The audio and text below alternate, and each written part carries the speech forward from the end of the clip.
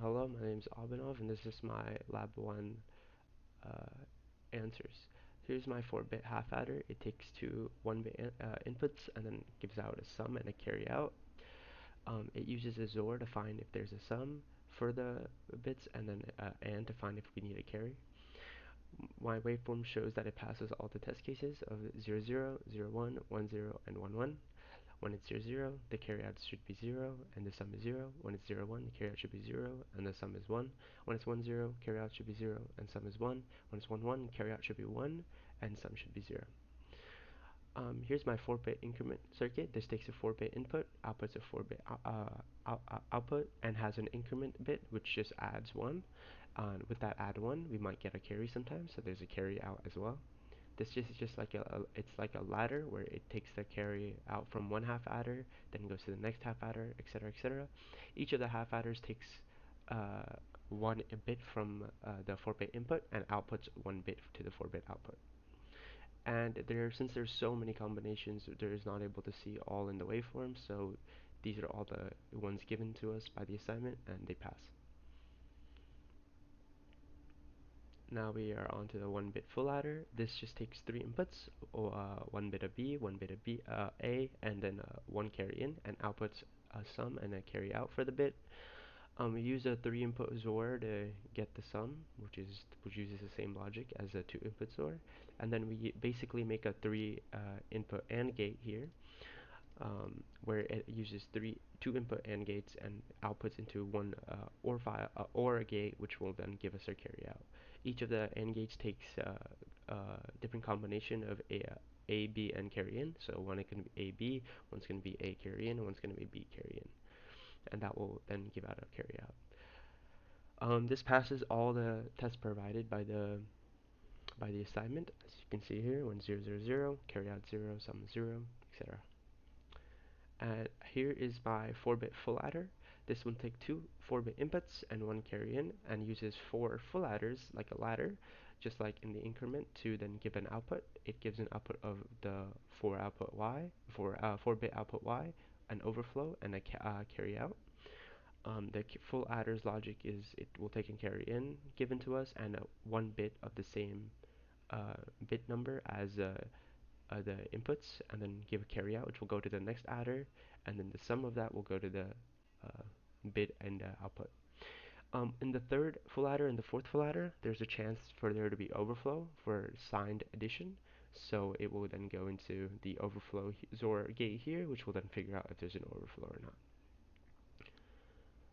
And then the last full adder, if there's still something remaining, there's still a carry out, it will just go into the carry out file output.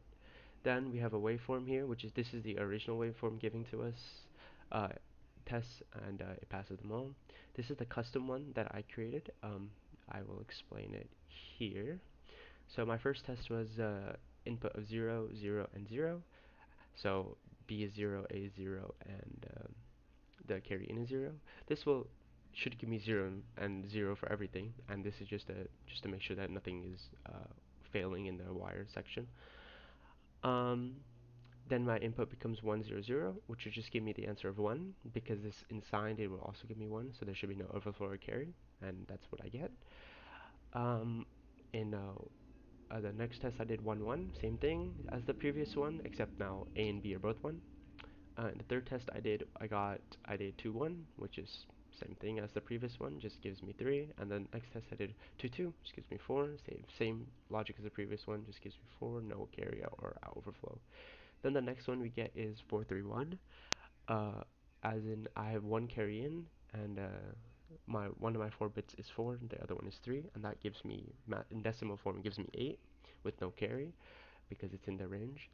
If we are to do signed, though, we should expect an overflow because the max you can only do is +7 in signed, and our output is 8, so overflow would be expected. And when we do signed math in it, it does show us an overflow.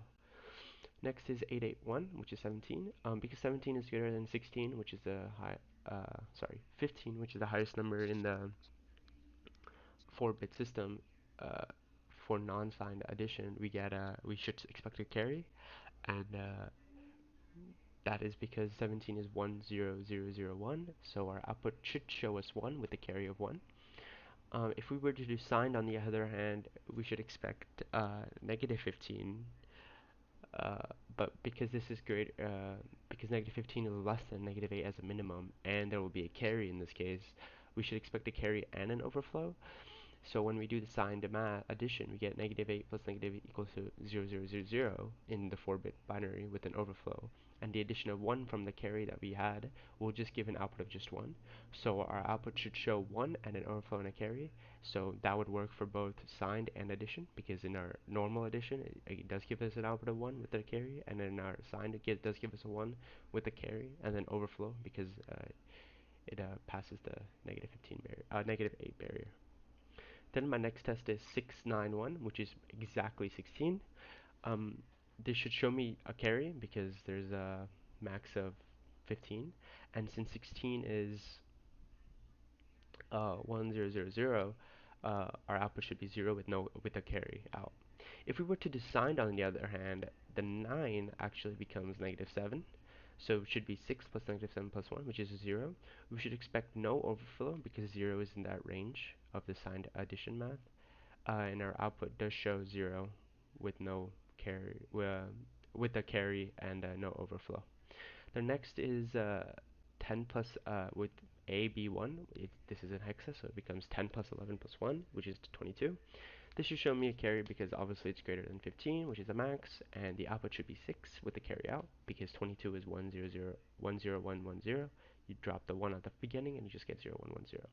If we were to do signed on the other hand, it would be negative 6 plus negative 5 plus 1 equals to negative 10.